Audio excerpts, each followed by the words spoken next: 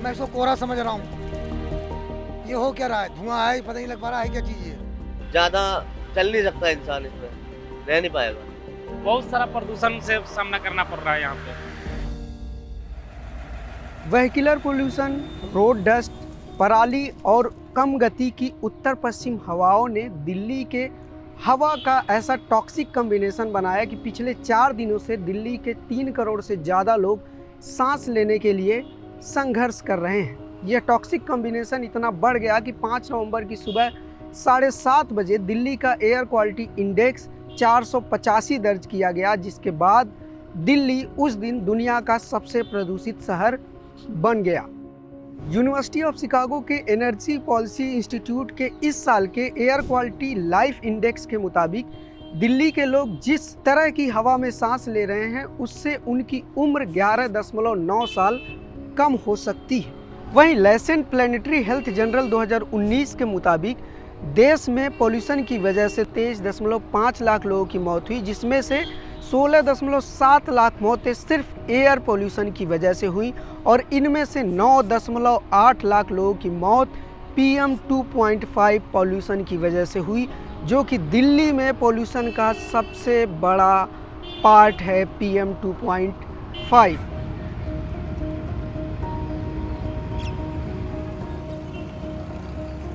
तो लंग्स में इतना बुरा इफेक्ट आ रहा है, नींद नहीं आ रही है और बॉडी पे टोटल ओवरऑल किडनी, लीवर सबों पे इसका असर जा रहा है। नाक ब्लॉक हो जाता है, चोकिंग रहता है, हेडेक रहता है। So that's a regular problem that's cropping up time and again. की स्टडीज़ हैं जिन्होंने ये दिखाया है कि पोल्यूशन से हार्ट, ब्रेन और शरीर के दूसरे अंग प्रभावित होते हैं, खाली फेफड़े ही नहीं प्रभावित होते। और बच्चों में इसका इफेक्ट इसलिए ज़्यादा होता है क्योंकि उनके फेफड़े अभी पूरी तरह से विकसित नहीं है, उन कणों को वो डिस्ट्रॉय नहीं कर सकते, वो बलगम बना के नहीं निकाल सकते, उसको एक्सेल नहीं कर सकते। वायु प्रदूषण एक बहुत बड़ा रिस्क फैक्टर है और इससे रिलेटेड कई बीमारियां अब जुड़ चुकी हैं। पहले ये माना जाता है कि सिर्फ लंग्स अफेक्टेड होते थे, फेफड़े अफेक्टेड होते हैं हमारे, या फिर हमारे सर्दी जुकाम होता है, परंतु अब ये कई तरह की बीमारियों से जुड़ा जा रहा है। हाइपरटेंशन से, डायबिटीज़ से, आर्थराइटिस से, कैटरेक्ट से, कैंसर से। 24 अक्टूबर से लेकर अब तक पिछले 15 दिनों में हमने दिल्ली के एयर पोल्यूशन के अलग अलग आयामों को लेकर दिल्ली के अलग अलग जगहों पर जाकर ग्राउंड पर पड़ताल किया है और आपके लिए यह रिपोर्ट लेकर आए हैं, इसलिए यह रिपोर्ट अंत तक देखिएगा। सबसे पहले एक नज़र डालते हैं दिल्ली के एयर क्वालिटी इंडेक्स के आंकड़ों पर। 24 अक्टूबर यानी दशहरे को दिल्ली में AQI यानी कि एयर क्वालिटी इंडेक्स 220 था। 24 अक्टूबर की रात रावण को जलाने के साथ दिल्ली में पटाखे छोड़े गए, जिसकी वजह से 25 अक्टूबर को दिल्ली का AQI थोड़ा सा बढ़कर 243 हो गया और बढ़ता रहा। दूसरी तरफ पंजाब और हरियाणा में पराली जलाने की घटनाएं बढ़ने लगी। पंजाब में 30 अक्टूबर को 1030, 31 अक्टूबर को 1383 और 1 नवंबर को 1921 और हरियाणा में 199 पराली जलाने की घटनाएं दर्ज की गईं, जिसकी वजह से 2 नवंबर को दिल्ली का औसत AQI 392 यानी 400 के करीब पहुंच गया। वहीं 2 नवंबर को दिल्ली के आनंद विहार का AQI 740 यानी खतरनाक स्थिति और PM 2.5 503 पर पहुंच गया। आज 2 नवंबर है, दिन के 2 बज रहे हैं और मैं आनंद विहार पर हूं। यहाँ पर इस वक्त एयर क्वालिटी इंडेक्स 740 है और यह कंडीशन हैजर्डस है यानी कि खतरनाक स्थिति है। PM 2.5 पार्टिकल की जो संख्या है वो 500 से ऊपर है। 24 अक्टूबर को जब हमने यह स्टोरी शुरू की थी तब लोधी गार्डन पर जो PM 2.5 पार्टिकल की वैल्यू थी वह 190 के आसपास थी, यानी कि करीब 10 दिनों में यह संख्या 2.5 गुना बढ़ गई। इसके पीछे की एक वजह साफ है, वजह है कल यानी 1 नवंबर को पंजाब में 2000 से ज्यादा खेतों में पराली जलाई गई। इसके अलावा हरियाणा में भी 199 से ज्यादा खेतों में पराली जलाई गई, जिसकी वजह से हुआ यह है कि आज पूरी दिल्ली में धुंध है।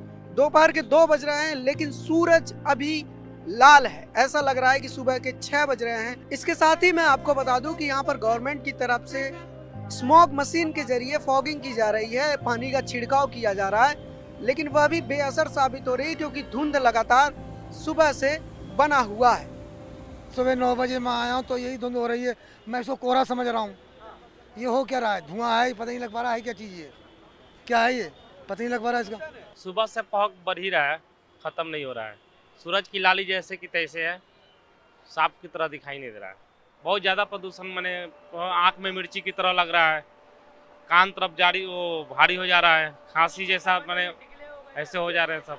बहुत सारा प्रदूषण से सामना करना पड़ रहा है यहाँ पे। चलने में हवा लगती है आँखों में, तो प्रदूषण सा महसूस हो रहा है। मतलब आंखें बंद सी हो रही है, जलन सी हो रही है आँखों में। ज़्यादा चल नहीं सकता इंसान, इसमें रह नहीं पाएगा। अगले 4 दिनों 3, 4, 5 और 6 नवंबर तक दिल्ली का AQI अति गंभीर बना रहा। 5 नवंबर सुबह 7:30 बजे दिल्ली का AQI 485 दर्ज किया गया, जिसकी वजह से दिल्ली दुनिया का सबसे प्रदूषित शहर बन गया। Council of energy, environment and water ने दिल्ली के वायु प्रदूषण में हुई 5 स्टडी को मिलाकर एक साझा स्टडी तैयार किया, जिसके मुताबिक दिल्ली NCR में वायु प्रदूषण के 4 बड़े कारक हैं: पराली, रोड डस्ट, ट्रांसपोर्ट और इंडस्ट्री। दिल्ली शहर की आबादी इस वक्त 3,29,41,000 है, जो लगातार बढ़ रही है। ज़्यादा आबादी मतलब ज़्यादा इंडस्ट्री और ज़्यादा गाड़ियाँ। दिल्ली सरकार के मुताबिक साल 2022 तक दिल्ली में 122.53 लाख गाड़ियाँ थीं। ज़्यादा गाड़ियाँ मतलब ज़्यादा सड़कें और ज़्यादा रोड डस्ट, जिसकी वजह से दिल्ली की हवा साल भर प्रदूषित रहती है। अक्टूबर-नवंबर में धान की कटाई के बाद किसानों को खेत को अगली फसल के लिए तैयार करना होता है, जिसकी वजह से किसान धान के पराली को खेतों में ही जला देते हैं। इस साल 15 सितंबर से 6 नवंबर के बीच पंजाब में 19,463 और हरियाणा में 1,579 पराली जलाने की घटनाएं दर्ज हुई।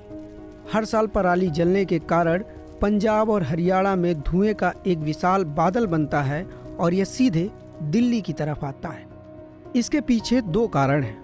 पहला, हिमालय, जो इस धुएं के बादल को दिल्ली की तरफ धकेलने में बैरियर की तरह काम करता है।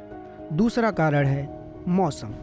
सर्दी के मौसम में हिमालय की तरफ से ठंडी पर्वतीय हवाएं पर्वत से नीचे की तरफ यानी कि दिल्ली की तरफ आती हैं, जो कि मैदानी इलाकों के गर्म हवाओं के नीचे नीचे चलती हैं।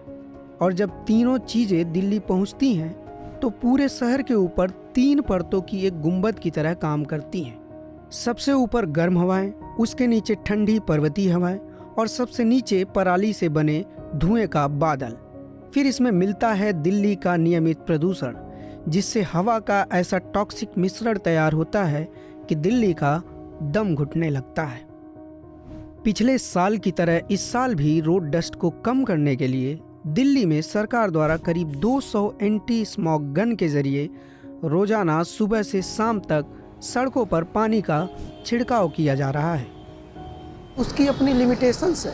लिमिटेशंस ये है कि उसका साइज इतना बड़ा है कि वो सिर्फ मेन रोड पे चल सकती है, सर्विस रोड या लिंक रोड पे नहीं चल सकती। और जब हम इस तरह के कॉलोनियों में आते हैं तो हम देखते हैं कि लिंक रोड से ज़्यादा सर्विस रोड है। अब इस रोड के 1 किलोमीटर के दायरे में 5-6 सड़कें इससे जुड़ती हैं और उन 6 सड़कों से जो डस्ट का पोल्यूशन है वो बिल्कुल कंट्रोल नहीं किया जा सकता, क्योंकि वहाँ पर यह मशीनें जा ही नहीं सकती और वहाँ से लगातार धूल उड़ता रहेगा।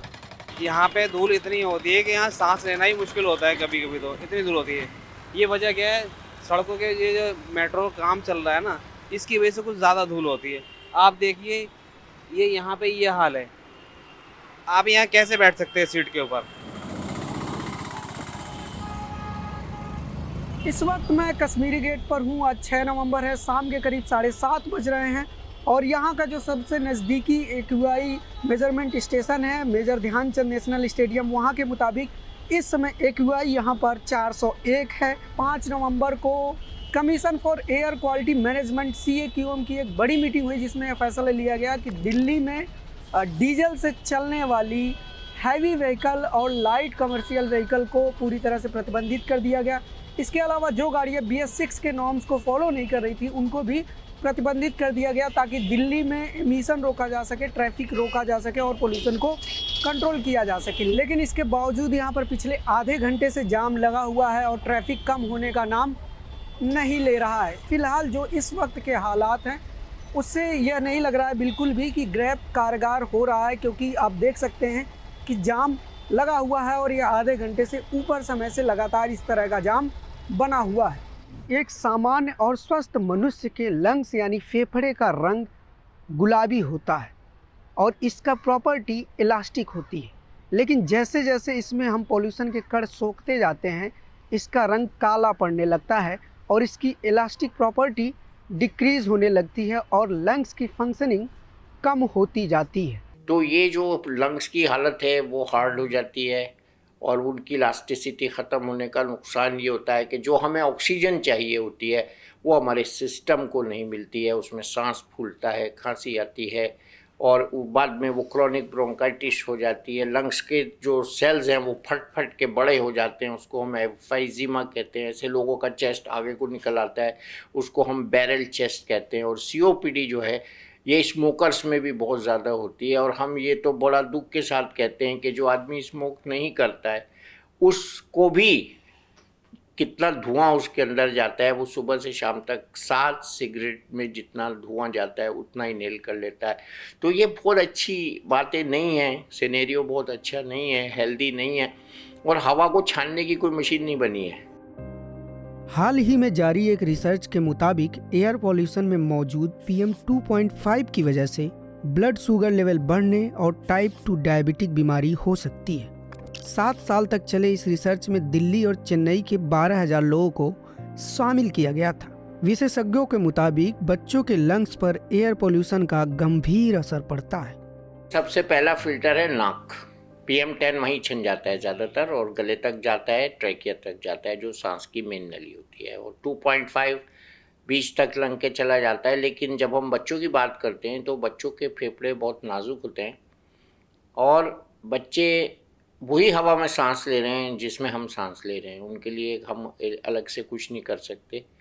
तो फेफड़े का जो अंदरूनी हिस्सा होता है वो उसमें एक झिल्ली होती है जिसको हम गुब्बारे की तरह होती है, इसको एल्वियोलस कहते हैं, एल्वियोलाई उसका प्लूरल है। तो बच्चों में जो क्षमता होती है इन धूल के कणों को खाने की सेल्स में उस झिल्ली के वो बहुत कम होती है क्योंकि they are growing multiplying. Normally जब हम फॉरेन बॉडी कोई जाती है शरीर में तो हमारे सेल्स जो होते हैं उसको खा जाते हैं, उसको कहते हैं फेगोसाइटोसिस। वो फेगोसाइटिक जो क्षमता होती है बच्चों में बहुत कम होती है। केंद्रीय प्रदूषण नियंत्रण बोर्ड ने बहुत पहले स्टडी की थी, पर वो काफ़ी इंटरेस्टिंग स्टडी इसलिए थी कि उन्होंने करीबन एक संस्था है कलकत्ता की चित्तरंजन कैंसर रिसर्च इंस्टीट्यूट, उनके सहयोग से ये स्टडी की थी। उसमें 12,000 स्कूल के बच्चों का उन्होंने सर्वे किया था। उसमें उन्होंने ये पाया था कि तकरीबन 45% बच्चों में जो लंग कैपेसिटी है, सांस लेने और छोड़ने की जो क्षमता होती है, वो कम पाई गई थी। तो अगर वो बच्चे, चूँकि लंग डेवलपिंग स्टेज में होता है बच्चों का, अगर वो जब वयस्क बनेंगे तो काफ़ी गुंजाइश है कि उनको सांस लेने की तकलीफ़ें हों।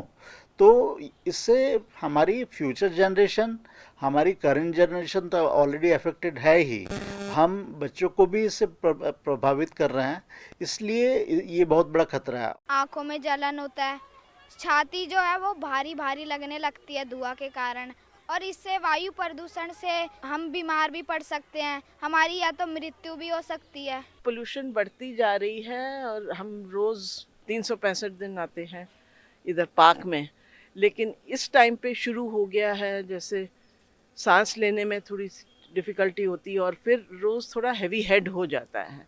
और ये पोल्यूशन जैसे जैसे बढ़ती जाएगी ये प्रॉब्लम्स हो रही हैं। और एक्सरसाइज ओपन एयर में करना वैसे कहते हैं बहुत अच्छा है, लेकिन आजकल कहते हैं कि नहीं करना चाहिए ज़्यादा। तो पता नहीं सरकार कुछ करे ताकि हम लोग आराम से कम मॉर्निंग वॉक और एक्सरसाइज तो कर सकें।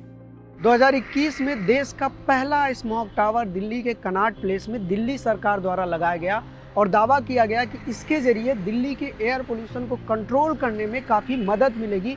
और इसके विज्ञापन पर भी दिल्ली सरकार ने 5 करोड़ रुपए खर्च किए और इसकी लागत 19 करोड़ रुपए थी। लेकिन आज जब दिल्ली की एयर क्वालिटी इंडेक्स में इसकी कंडीशन सीवियर है, दिल्ली को इस तरह के टावर की ज़रूरत है, तब यह बिल्कुल डिसफंक्शनल है। तब कहा गया था कि इसमें 40 पंखे हैं और कई लेयर के फिल्टर्स हैं, जिसकी वजह से इसके दायरे में 1 किलोमीटर के दायरे में यह हवा को शुद्ध कर देगा। लेकिन अभी इस पर ताला लगा हुआ है, आप देख सकते हैं, और यह बिल्कुल भी काम नहीं कर रहा, पंखे की भी आवाज़ नहीं आ रही। हालांकि सुप्रीम कोर्ट के आदेश के बाद 8 महीने से बंद पड़े स्मॉग टावर को 8 नवंबर से चालू कर दिया गया है। वहीं कल रात से दिल्ली में हो रही हल्की बारिश की वजह से दिल्ली को फौरी तौर पर राहत तो मिल रही है, लेकिन एक सवाल जो अब भी बना हुआ है कि आखिर दिल्ली के लोगों को इस जहरीली हवा से परमानेंट राहत कब मिलेगा। न्यूज लॉन्ड्री के लिए अनमोल प्रीतम, दिल्ली। पत्रकारिता का नासूर बन चुके विज्ञापन के मॉडल को खारिज करके खबरों की इस दुनिया को बदलिए, ताकि पत्रकारिता आपके लिए जवाबदेह बने। newslaundry.com/subscription पर क्लिक कीजिए और अपने मन मुताबिक पेमेंट का विकल्प चुनिए, क्योंकि हमारे सब्सक्राइबर्स का नारा है, मेरे खर्च पर आजाद हैं खबरें।